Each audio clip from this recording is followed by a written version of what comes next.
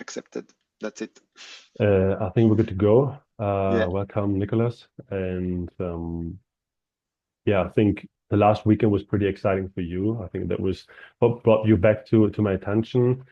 And but I'm always starting with a short intro from my guest itself. So you just tell me briefly who you are and why I think it would be interesting to have you as a guest. And then we go back in time and see how it was yeah when you were younger and like I said before, the environment and the person that you've been surrounded with that maybe taught you some things or inspired you. This is what I'm always interested in. Okay. Nice.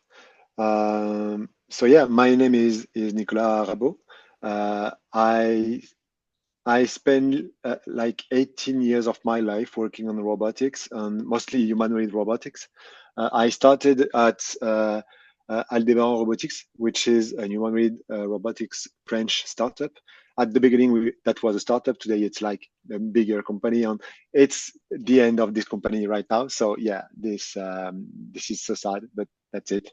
Um, After that, I also worked at Enoia, which is a laboratory in France, well-known laboratory. I created one of the first humanoid robots, open source humanoid robots in the world, which is called Poppy. After that, I created my first company called Pollen Robotics, and this company just announced that just have been acquired by Hugging Face very recently. And also after that, I created another one called Luos, which was a company making software stack allowing complex devices such as robots to be extremely modular. So it inspired from web methodologies such as microservices and stuff like that, but dedicated to hardware complex devices. This company failed 2 years ago, and since then I spent some time working as CTO for multiple different companies. And very recently, like a month ago, I'm just starting working on a new venture, which is still a little bit on stealth mode right now. But yeah, that's the last thing I'm working on right now. Yeah, quite a journey, and yeah, especially with the big announcement that just happened very recently. I Yeah, think we can come back definitely. to that one later in the podcast itself. But what I really like to do is going back in time, and then some of or the majority of my guests are a bit not a bit older, but like my age, and just recently I had a student who is on the very early part of his journey. So yeah, maybe you can bring us back into. Yeah, I mean, as laid back as you would like to, right? I'm always interested in where do you belong to that kind of person that disassembled radios and did programming very early on, or I had some people on the podcast that had farmers as parents, right? So I'm always very keen to understand what is the pattern, what is the yeah, what is the surrounding necessary to become a founder. Yeah. Perhaps I'm a little bit special about this because I was very, very bad at school. Hmm. And I always find some tricks to hack the school to avoid any test on stuff and get my diploma without having to rely only on the notes and stuff like that. So yeah, I that was a little bit special on my side. But I started building robot at very the early days. I think told my parents the first time I wanted to create robotic startup, I was something like 6 years old. So that was the very beginning of my journey about robotics because I've seen like battle bots and stuff like that on the TV. And I said, okay, I want to do that. So that's what I will do when I will be a grown up. And since then, I never stopped creating stuff, building electronic boards, learning how to program stuff, making mechanics with at the beginning I started with Legos and Yeah. hacking some different electronic boards to create stuff on my bedroom, like a card reader to open the bedroom on all kind of very simple and small toys based kind of robots.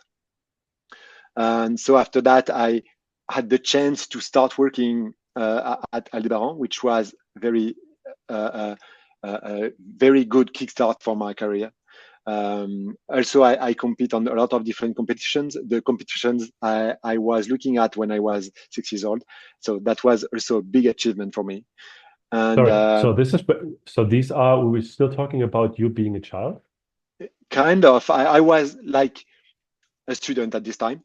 Hmm. I started to work at Aldebaran. I had, yeah, I don't remember exactly my age, but I had something like 22 and 23 years old or something like that. So yeah, that's not my childhood anymore, but I Because was, the jump was very fast. yeah, sorry. Did you went to did you, sorry, did you went to university, or is that something that you Yeah, were, please? yeah, I made a very simple engineering school. I had my diploma, but mostly because I was building robots, and I created like a team to compete to these kind of competitions with the school, and I managed to negotiate with the school to mostly focus on building those robots and not rely so much on my notes. And I'm not especially proud of this school I made, but because I was very bad at school, and school was not made for me. I was really good at learning by myself, but I have some difficulties when it comes to learn something that I don't know why I have to learn this thing, Okay, got it. And so I can learn very fast, but things that are really practical for me and that I need to learn, and that was a big problem for me when I was a child. But I perhaps this is something that was useful because I had to hack everything to make my path. And today I'm still doing this my way. And that's why I created my own companies, because I wanted to do it my way. And I still want to do it my way today. So that's why I'm continuing to build companies. That's something I think that was very important to make me as I am today.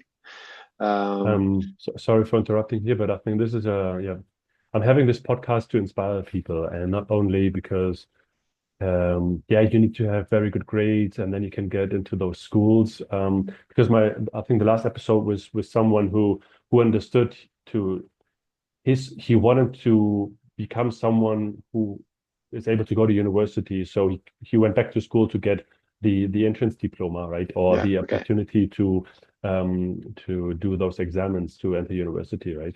And for him it was he then really wanted to do it, and then he was really good at those things. Yeah. But I really like that you're sharing this episode of your life, because I think there's plenty of people out there that struggle with school, that are Yeah. not meant to be in school and are not very good functional in that kind of system that you are being pushed into very early on, making Yeah. decisions, being very good, getting the grades, and versus um, you are someone who is very unique. Only you can be you, right? And Yeah. you have your Exactly. own way of understanding things and seeing things. So I really like that you gave us a little bit of insight here. Thanks. Yeah. And I think for profile like me, which are not good at school, it's always more difficult to find a good path because everyone is telling you that you are very bad, so you will not end well in your life, and it's very difficult to survive that. And one thing that happened to me when I was at the early days of my scholarity is that we have like these parent teacher meetings, which for me was extremely difficult because that was very bad for me each time. On one day, one French teacher told my parents that no worries, Nicolas is very bad at school, but he will be okay. And Mm. that's changed something in my parents' minds and in mine too. And my parents pushed me to find some other things to do to hack at home. They buy me some specific toys or me to express myself in what I liked. And I think that's something that was very important for me, and that allowed me to just pushed through these difficulties I had in school. I cannot say how much I appreciate this transparency, this honesty, because like I said, everyone likes those kind of stories when you're a winner, when you're a startup founder, and when you make some money, and then you're being on some events or on television, magazines, internet, whatever. Yeah, But there's a lot of people who will not make this kind of success, right? I mean, success is something that we do need to define for ourselves, but having a teacher that understands, look, the grades might not be like the best, but he will yeah, do the things and he will survive. He will do something with his mind, with his hand, and you can be proud of that, and you can be um, still winning in life without yeah, getting all those things what a lot of people in society expecting from us, right? So I think uh, I had a few people that dropped out of school and were doing their own things, but talking about this, so because there's a lot of insecurity when it comes to this kind of things. There's a lot of shame that when it comes to this kind of things, because yeah, as you said, definitely. people have certain opinions and minds, and so I think this is a special episode already. So Yeah, yeah. I think that that's something I didn't say much until recently, because recently, I have created some stuff, and now people don't care about how I was when I was a kid, because they only look at what I've built so far. And so for me now, that's okay to talk about it, but that was something very difficult. I think that was something that made me as I am today again. And because I struggled when I was young, I'm still fighting today. That's something very important for me. I mean, it's something that uh, especially if you are becoming an entrepreneur, then you're a business person, right? And then you Yeah, do need to show confidence because no one would like to buy something from someone who is insecure, because you yeah, would like to have a product that is working, that is worth paying for, right? So you do need to have some sort of like this fake it till you make it facade where you do need to show like you're confident, I can do things. But especially when people taught you for a longer period of time or told you that you cannot do things and yeah. the way you are is not the right way. And yeah, That's it's one of my way of life. If you have to do what you can't do. If you do what you always do, you never go forward. When someone tells you you can't do that, that's probably something interesting you have to do. You know, mm, in my point of view. I think my brother for very much liked there's a quote, there's a sentence like everyone said it's impossible, and then someone came came along the way who was unaware of that, who didn't know that this was impossible and just did it. So Yeah, definitely. uh, Yeah, yeah, yeah. I met a lot of. I had some experience with kids doing this kind of stuff, because I had a lot of experience in robotics right now. And when I sometimes had the occasion to show my robots to kids and to make them program my robots, kids had some crazy ideas about, okay, I will do this kind of thing with the robots. And I say then, no, no, you can't. This robot is not meant for that. You can't do that. But in the end, because they don't care and they don't know about it, they made something that work. And I'm okay. So you can do this kind of thing. So I hear what you say, and that's right. When you don't know anything about something, sometimes you have some ideas, and because you don't know it, you don't have these limitations on your mind, and you do it anyway, and it's working. So that's something really interesting in my point of view. Yeah. so now let's go back to the time where you're 22 or 23 or something. Um, Yeah. So I started working at Aldebaran Robotics when I at the end of my studies, and I find that the way they were building robots was not very nice, because when they had to change something on the robot for, I don't know, different needs or different customers' needs or things like that, we had to rethink everything and to remake everything on the robot. So I started working on some methodologies and technologies at home to try to make this more fluid, more flexible. So and I started to have some very interesting results, and I created an association at this time in Paris, and I was working with different kind of engineers coming from other market than robotics, like I don't know, military industries, and some others with aeronautics.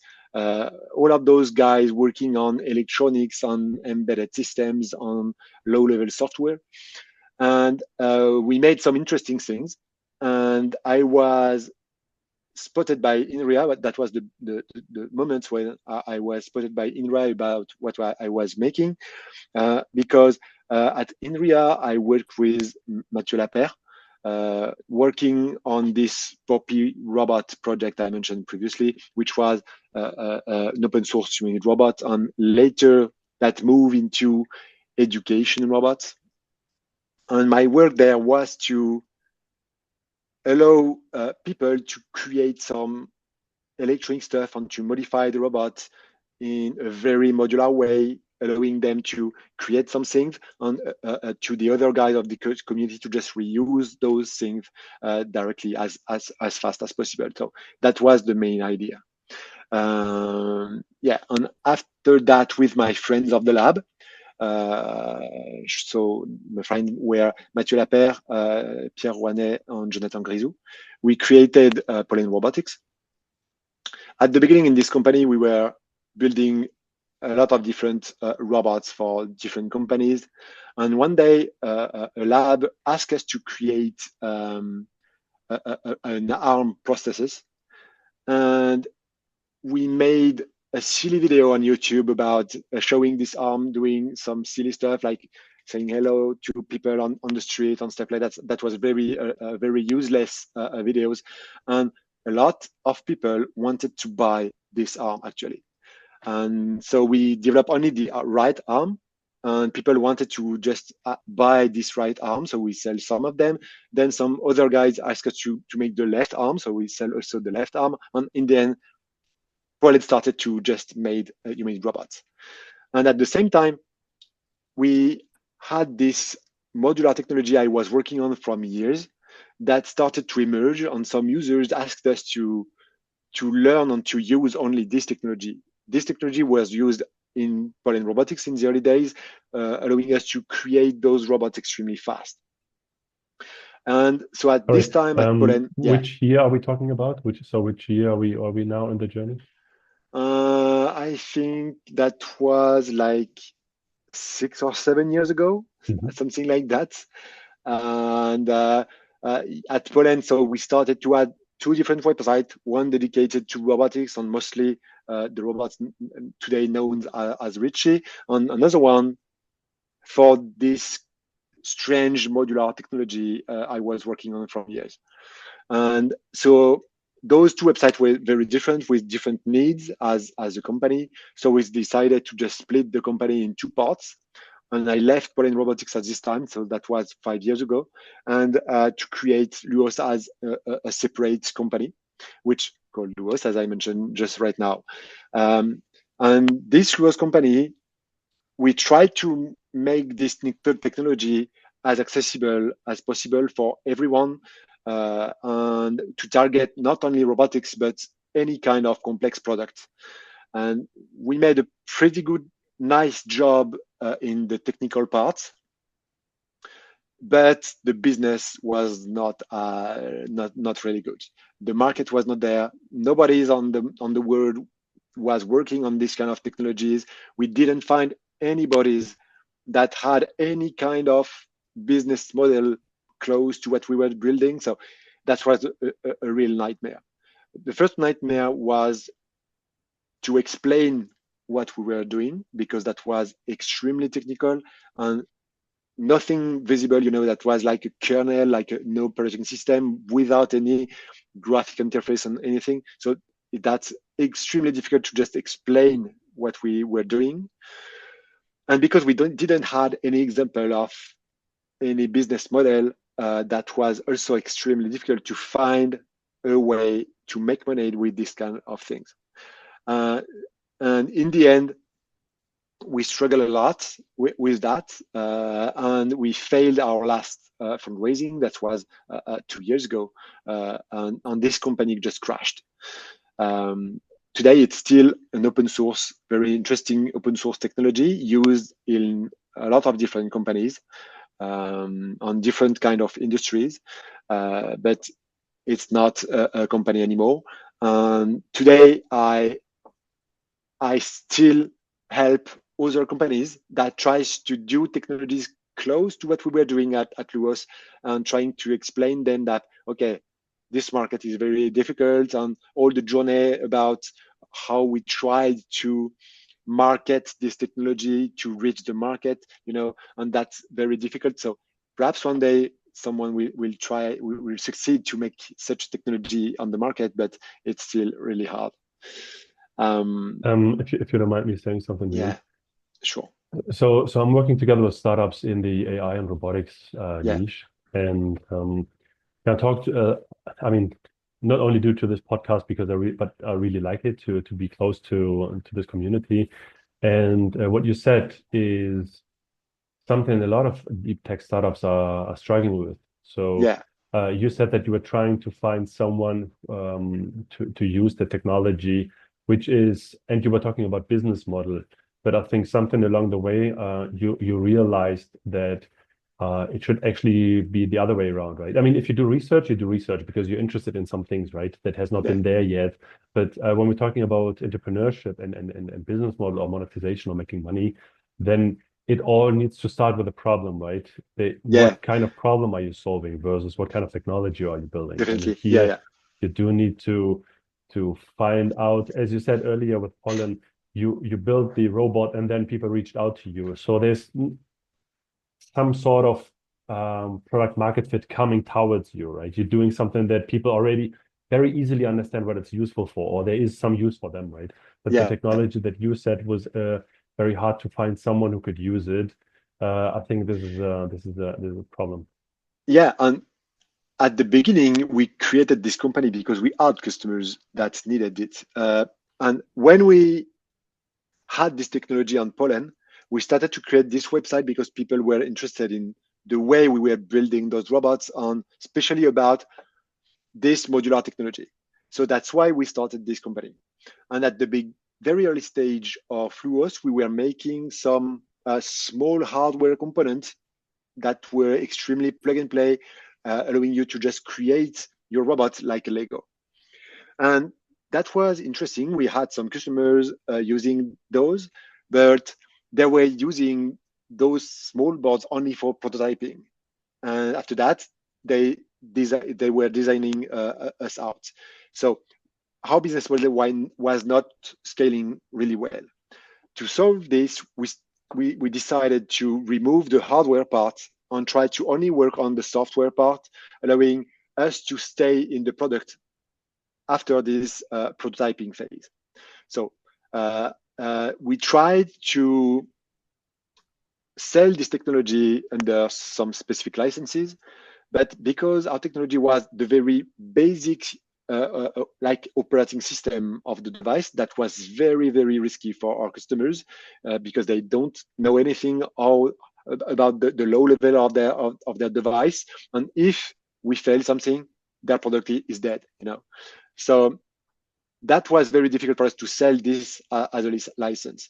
So we moved this software technology into open source, allowing our customers to just see how things were working inside the library. But by doing that, we had some issues to monetize what we were doing. So we started to sell some maintenance. So people were paying us every month, and if they had any issues with the technology, we helped them on it extremely fast. But to scale, we had to make this technology pretty well and easy to use.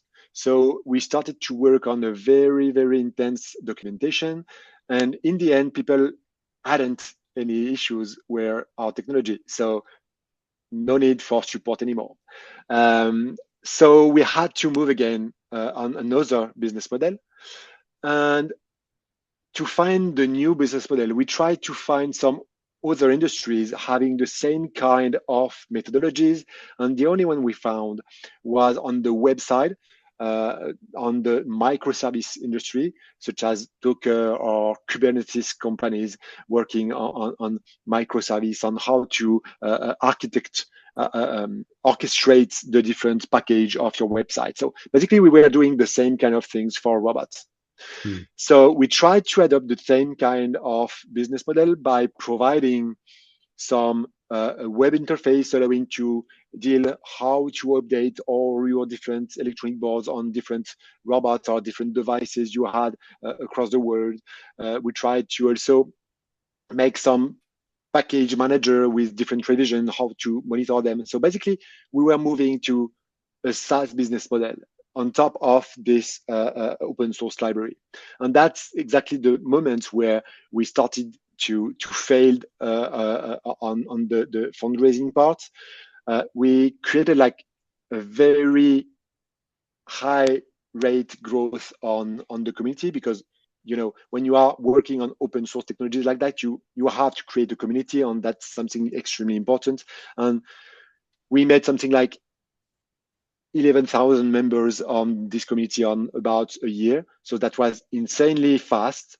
But most of those guys were really interested about the technology, but were not applying this technology into an actual product. Hmm. And that was the main issues we faced. And when we failed this fundraising and had to close the company, I discovered that a lot of guys were using it in actual product without even saying it to us. And because our technology was really, really deep inside the device, our technology wasn't connected to the internet necessarily. And we had no way to know that those guys were using our technology in the product. And some months or years later, I still today receive some messages from guys asking me some stuff about the way Luos behave in their product. And I never heard that they were using my technology in their product. So yeah, that's very hard to sell this kind of technologies. And do you think, I mean, for example, when you're in a company and you're working on different projects and you're, let's say, money is not an issue. I mean, money is always an issue, right? Finding new Yeah, customers and deploying and growing more. But let's say it's a normal cycle, and you would have the time and the team, and like let's have a look what last quarter was, right? Let's do a review, and then let's go through the problems, and let's try to understand why we failed, where we failed. So did you really have an opportunity to uh, how do you say this, to dig into this and to really understand and explore, document, articulate this the reason of the failure? Because I think you're I mean, very obviously cannot be the only one, right? I mean, if you yeah, had some traction, right, and you have like a really high growth within 1 year, 11K, that is crazy, right? yeah, And you say that there is no opportunity for you to understand where people are using your product, because the question always comes up, and you were talking about open source, so it's mm, open source.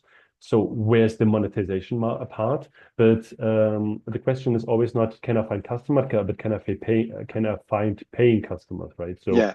uh, can you in short words or short terms, can you understand and describe that when people in similar situations, what you would do now with what you know, or if you could go back in time 5 years and tell your younger version, what would that be? Look at this or look at that or understand this, understand that.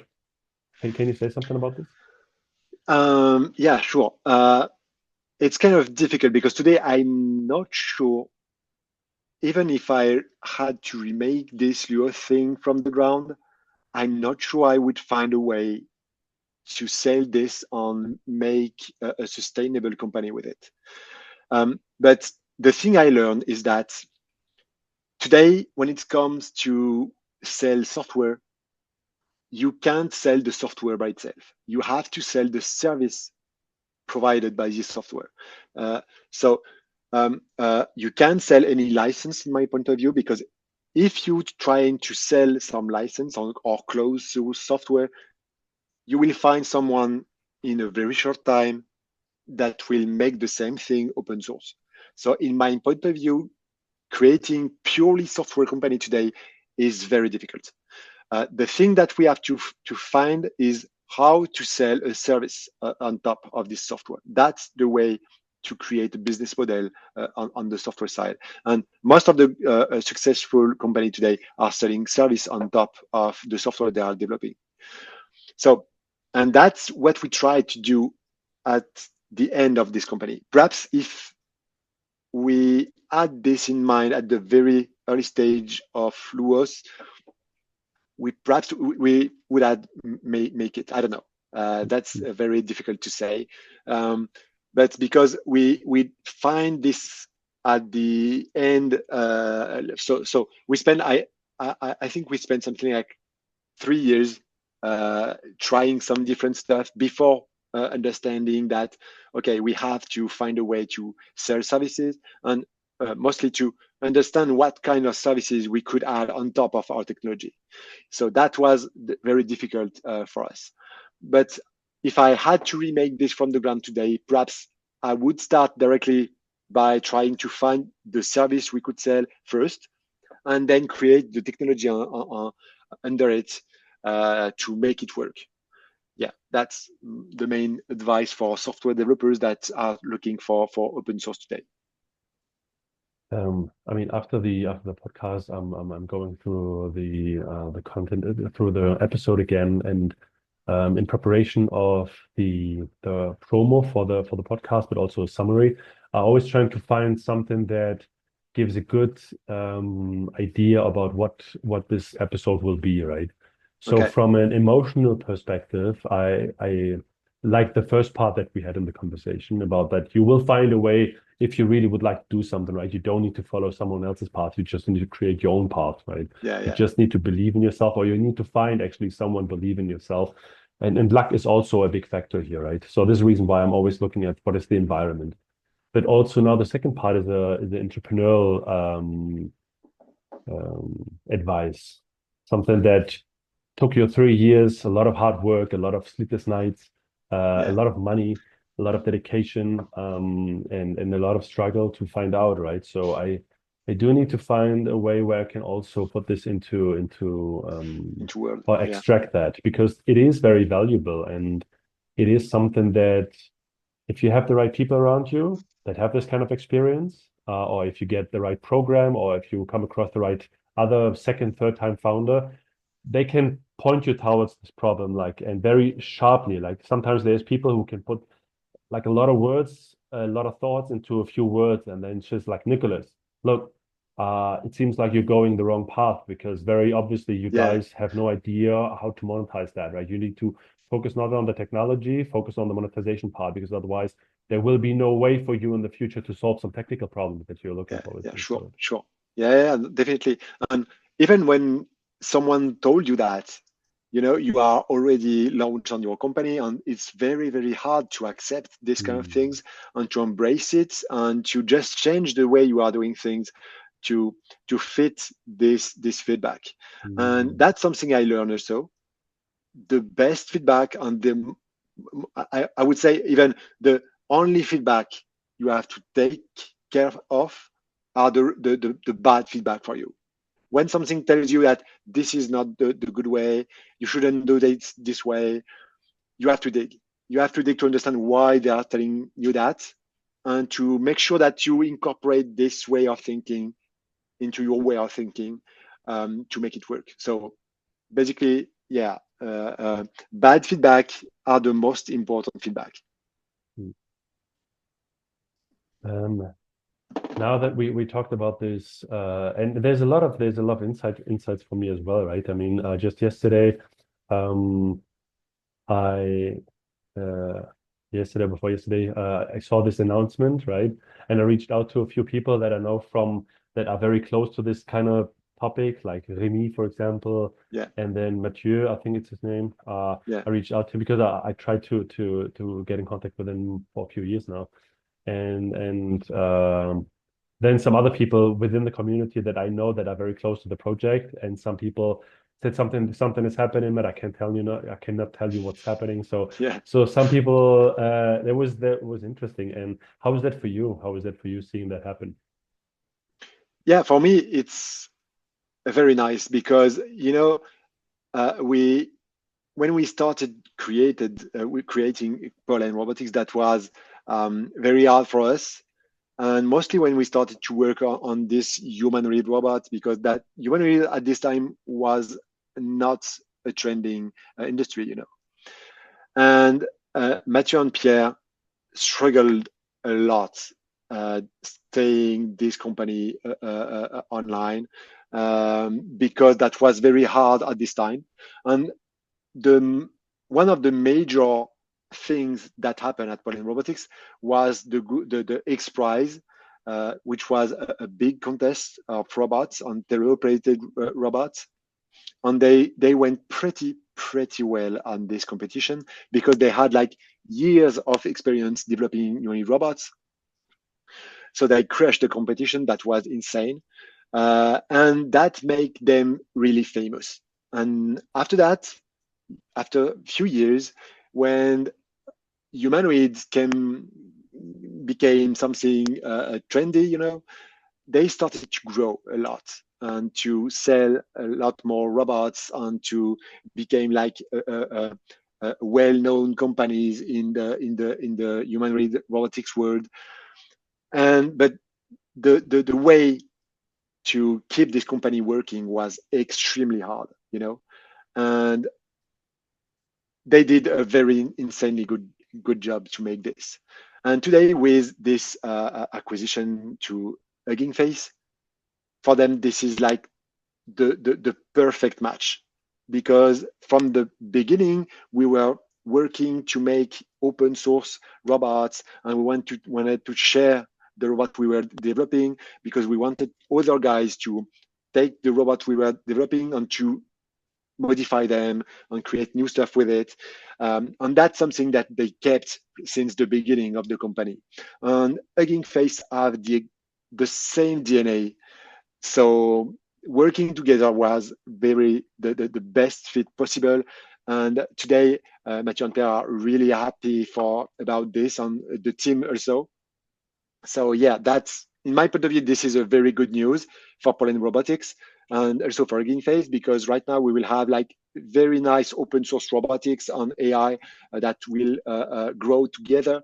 And that's something in my point of view that is very important on the AI robotics community right now.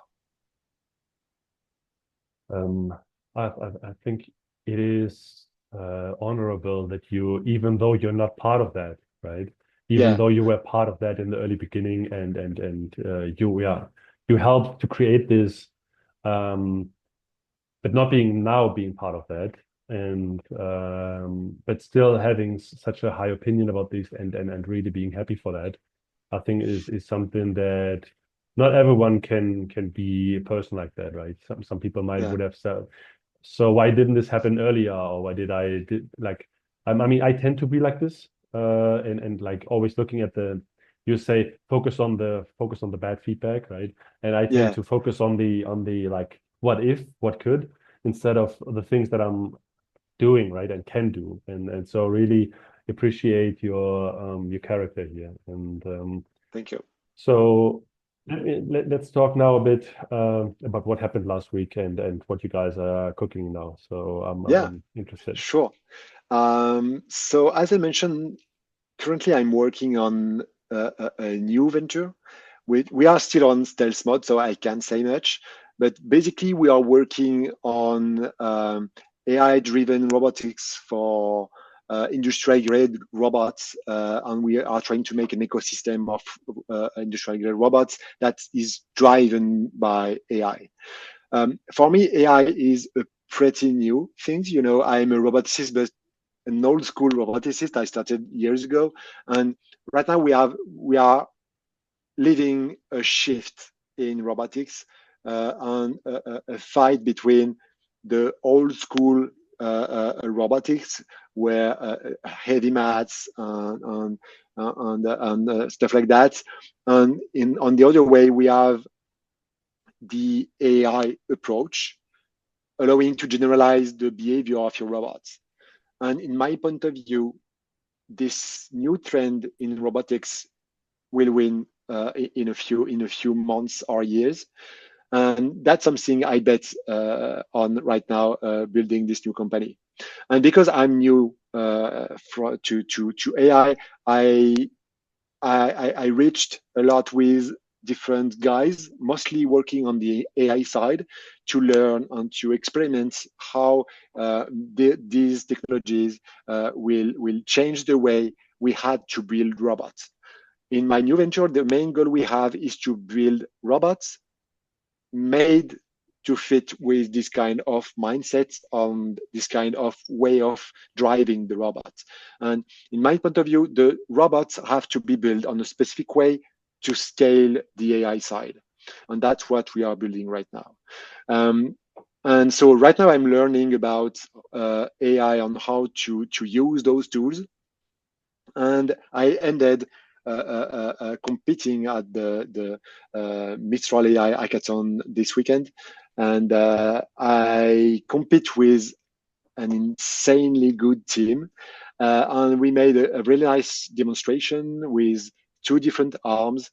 That's where Rick and Morty, with the same voices of Rick and Morty, and the idea was to ask the both of the robots to just pack some stuff, and the robot had to find out where the object was and to put them in the box. And we had also some AI allowing to check if the robots perform the task as planned, and all those things. And that was really intense and insane, and we had really good results when we ended on the podium at the end. So that was really nice. And yeah, definitely that was a really good hackathon. With there was something like 100 different contestants, and all those contestants were insanely good. I mean, they were coming from the entire world, and that was insane. All of those guys were high-end AI guys, and are roboticists.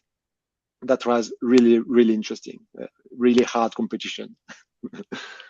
Um, yeah, I'm happy that this is happening in Europe as well, right? So Yeah, I am a European, and we do see there's a lot of things happening and coming out of San Francisco and in China, obviously. yeah, But like community-wise, we see that San Francisco is like on another level, and the way yeah, people are interacting, the way um, the government and the city and companies are really fostering this and really enabling people and using a lot of other buzzwords here, but really making this a community, a living community. yeah, And here we are all scattered all over the place. But it seems like recently Paris is, I mean, mainly because, not mainly, but maybe also because of Hugging Face, there's a lot yeah. of concentration when it comes to AI on Paris. So let's see where this one Yeah, goes. definitely. And the community on AI in Paris is really strong.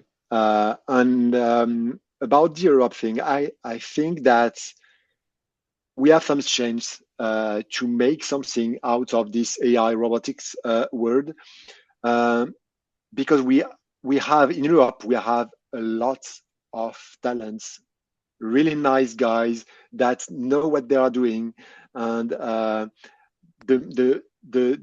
talent is there and available.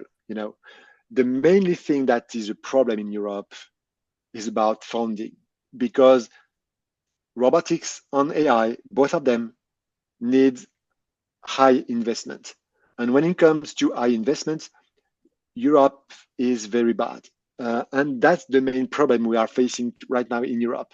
But if we could match the same kind of funding that US have today, we could have like insanely good companies in Europe.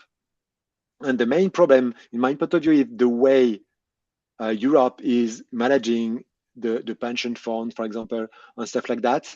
And the way it works in Europe is very different than the US, and that explains why we don't have the same liquidity on the money to fund this kind of big startup. And that's a big problem. And each time some startups try to go big and to have need big money to do some crazy things, they need to go back to the US, and that's the big problem we have, in my point of view, in Europe. I mean, even Hugging Face is listed in New York, right? So it's not a Yeah, European company. definitely. It's Ah, a yeah, yeah, US yeah. company. And Yeah, definitely. But they are still using Paris as like the main talent on engineer pool, because this is where engineers are, and we are very good at it, and we are pretty low cost compared to the US ones, and we have plenty of them available. So yeah, Europe is definitely the place to be when you are developing tech companies, but this is not the place to be when it comes to leverage big money. I mean, I might not be the person with the most expertise here. So there's a lot of guessing and assumption, but the majority of the tech companies in the US, right? And some of them had been around for 20, 30, 40 years, and I mean, Apple and Microsoft, and I mean, there's some technology companies that has been, and they're now 40 years old, 50 years old. But if you look where the big money in Germany or Europe is, the majority of these companies are much older, much, much Yeah, older. But yeah, so but the margin and the way and the amount of money and revenue they make is not as high, right? So if you look at the technology companies or automotive companies, the margin is pretty thin. So, yeah, and the majority of money has been made in the past. So right now they're in the very defensive position. So this is the reason why innovation is not really coming from them, because they are more concerned on preserving what they have versus yeah, you do need to invest money to make more money in the future, because the yeah. majority of Also, things they build and the revenue comes from will become obsolete in yeah, some way or another, right? So yeah, yeah. I think Definitely, this you're is a right. big problem. And here the risk taker, it's very hard to convince people because you have a very high standard of living, right? Yeah, So even if you are pretty poor or you have nothing, even then you still have a very high level of living compared to the US for the majority of people. We yeah, don't have so many insanely rich people, but we don't have so many like very, very poor people, right? And yeah, I think yeah, here the problem comes, would, let's say, German automotive would they be able to invest in some companies 300 million, 400 yeah. million? You don't see that here in Europe No, happening, no. right? Yeah, And I think this is where what you said is missing. Some of these companies that has, I mean, I think I read an article about the three most valuable German companies. So, or no, from the 100 most valuable companies in the world, they're just three German companies.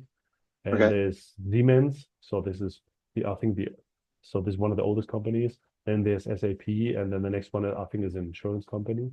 So no German automotive, right? Yeah, Not one in the first 100 companies. So and I think I saw a comparison also about like the tech market in Europe compared to the world and the rest, it's almost non-existent. So yeah, the biggest and the richest people in on Europe is luxury items like Louis Vuitton yeah, and yeah, yeah, yeah, definitely. everything. So let's see what we can do in the future here.